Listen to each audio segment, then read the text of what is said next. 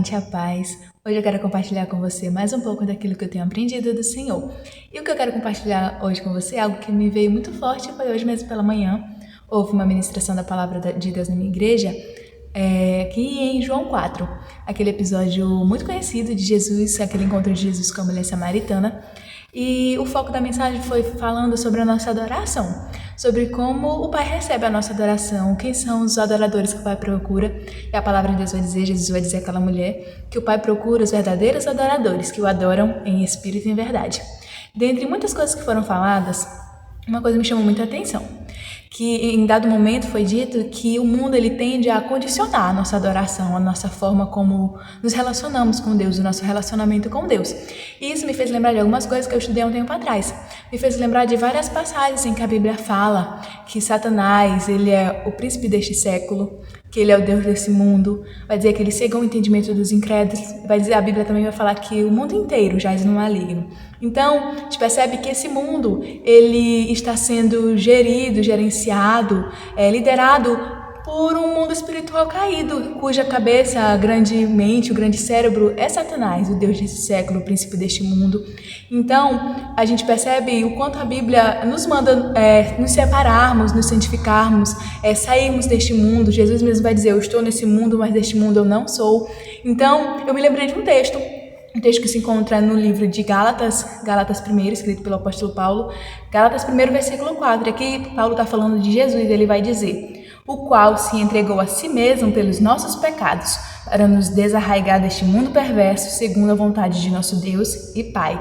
Aqui Paulo está escrevendo aos crentes da Galácia, falando o propósito da entrega de Jesus Cristo. Vai dizer que ele se entregou a si mesmo por conta dos nossos pecados, pelos nossos pecados, com um objetivo, que é nos desarraigar deste mundo perverso.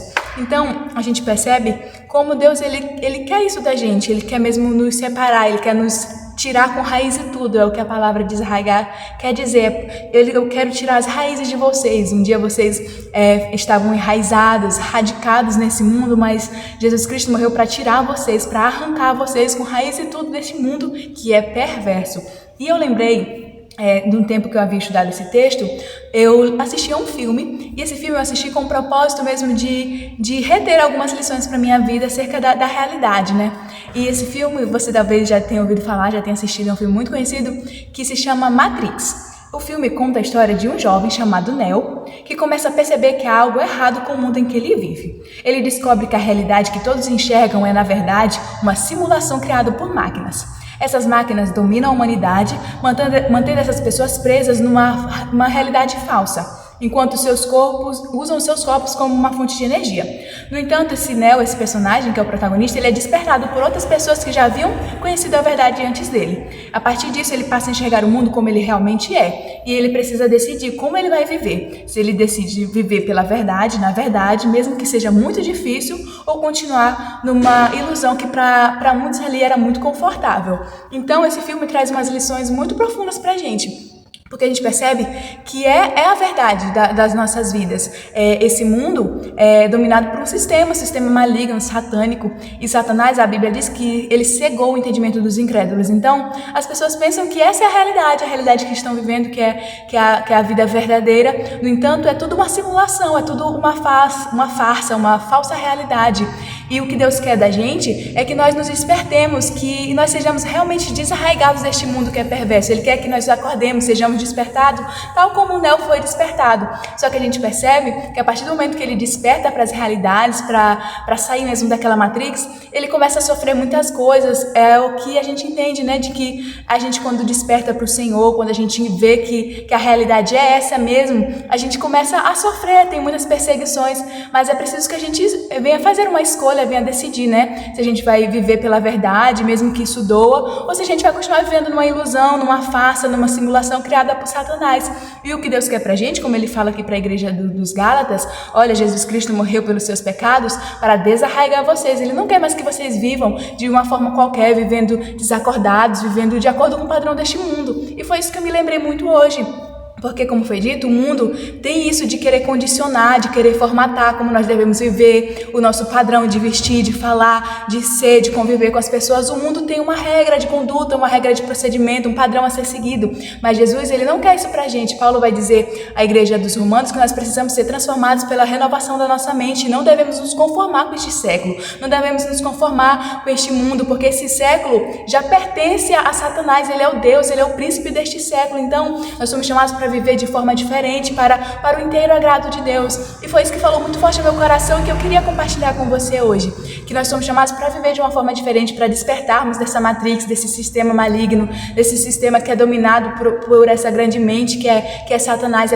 Precisamos viver para o Senhor verdadeiramente, porque, como foi dito, ele nos chamou para a liberdade, não para vivermos presos no mundo caído, no mundo cujo rei, cujo Deus é o Satanás, que é o adversário das nossas almas. A palavra de Deus vai dizer, Pedro vai dizer que o diabo, vosso adversário, ele anda ao vosso redor, rugindo, bramando como leão, buscando a quem possa tragar. Então nós precisamos estar despertos. Pedro, nesse texto, ele vai dizer, olha, vocês precisam andar sóbrios e vigilantes, porque o diabo, vosso adversário, está por aí, ele está sondando, está rondando, e se ele vê um de vocês desapercebidos, ao invés de sóbrio, vocês estiver ébrio, bêbado, não estiver vigilando, ele vai tragar esse tipo de pessoa. Então é preciso que vocês fiquem alertas, atentos, acordados. E eu lembrei de um texto, a palavra de Deus vai dizer no livro de Efésios, capítulo 5, versículo 14, vai dizer a palavra de Deus: pelo que se diz, desperta, ó tu que dormes, levanta-te dentre os mortos e Cristo te iluminará.